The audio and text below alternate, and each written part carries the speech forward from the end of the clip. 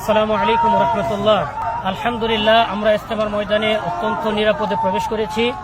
বাটা gate, 6 নম্বর gate অর্থাৎ 3 সাইডের gate এবং বিদেশি খিমার গেট আলহামদুলিল্লাহ এই মুহূর্তে খোলা আছে এবং প্রতিটা গেটে শান্তিপূর্ণভাবে আমাদের সাথীদের অবস্থান আছে আলহামদুলিল্লাহ।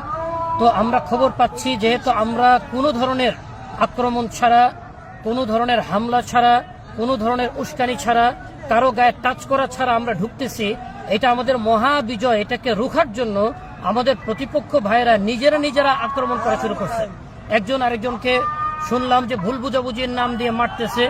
আমাদের এক সাথী নাকি শহীদ হয়েছে, এটা আমরা এখনই দেখতে যাচ্ছি। এবং অধিকাংশ সাথীর কাছে তারা ছুরি দিয়েছিল।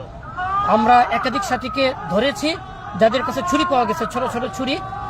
আমাদের যে মুরব্বী সাথী শহীদ হয়েছেন, ওনার পেটের ভিতরে ছুরি ঢুকাই দেওয়া হয়েছে।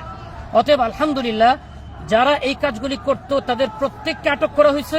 পুরা ময়দান এই মুহূর্তে নিরাপদ, খোলা, খালি। তাই আমাদের সাথীরা যে যেখানে আছে খুব সতর্কতার সাথে, যে যতই উস্কানি দেখ, আমরা সতর্কতার সাথে কোনো উস্কানিতে কর্ণপাত না করে জিকিরে ফিকিরে নিজের হেফাজতের সাথে ময়দানে যে কোনো দরজা দিয়ে আমরা ময়দানে প্রবেশ করার চেষ্টা করি। ইনশাআল্লাহ আমাদের সবাইকে তৌফিক নসিব করেন। আসসালামু আলাইকুম ওয়া রাহমাতুল্লাহ।